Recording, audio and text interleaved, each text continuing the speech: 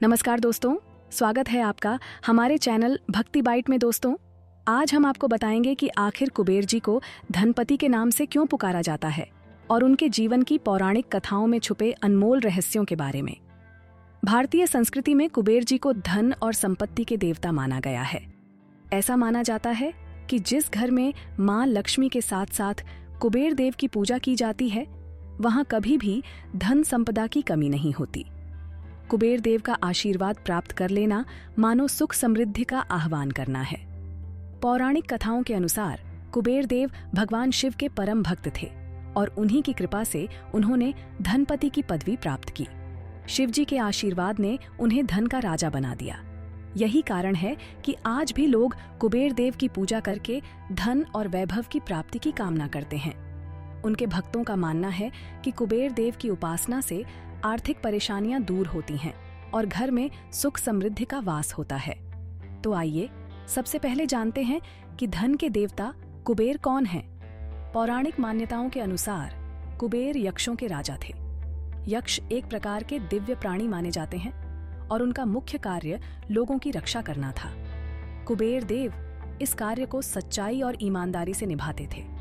उनकी सच्चाई और निष्ठा के कारण उन्हें देवताओं में उच्च स्थान प्राप्त हुआ। कुबेर के परिवार में उनके सौतेले भाई रावण भी थे, जो उनके बिल्कुल विपरीत स्वभाव के थे। रावण अपनी शक्ति का दुरुपयोग करते हुए चाहता था कि कुबेर उसके अधीन रहें और उसकी हर बात माने।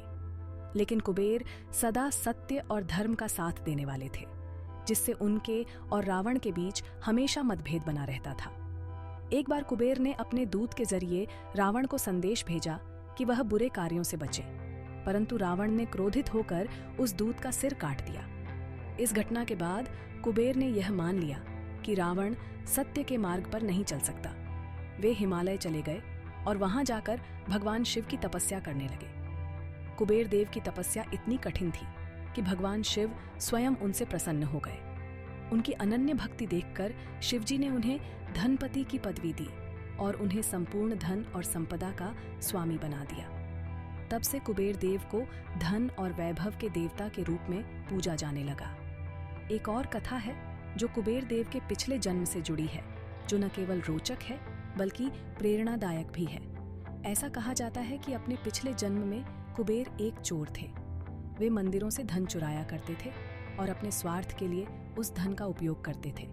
परंतु एक दिन उनके जीवन में ऐसा मोड़ आया जिसने उनकी सोच को बदल दिया। अगले जन्म में ईश्वर ने कुबेर को अपने पिछले कर्मों का पश्चाताप करने का अवसर दिया और उन्हें देवताओं के कोषाध्यक्ष का पद प्रदान किया।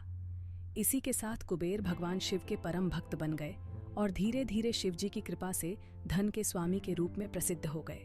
दोस्तों, कुबेर देव की यह कहानी हमें यह सिखाती है कि चाहे हम कितनी भी कठिन परिस्थितियों में क्यों ना हों, अगर हम सच्चे मन से भगवान का ध्यान करें और सत्य के मार्ग पर चलें तो हमें अवश्य ही सफलता प्राप्त होती है। कुबेर जी के जीवन से हम यह भी सीखते हैं कि मन की पवित्रता और भगवान के प्रति सच्ची भक्ति से ही जीवन में खुशियों और समृद्धि का आगमन होता है।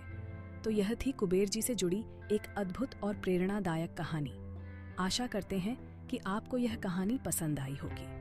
अगर हाँ, तो कमेंट करके हमें ज़रूर बताएं और इसी तरह की और भी दिलचस्प धार्मिक कहानियों के लिए हमारे चैनल को सब्सक्राइब करना न भूलें। धन्यवाद।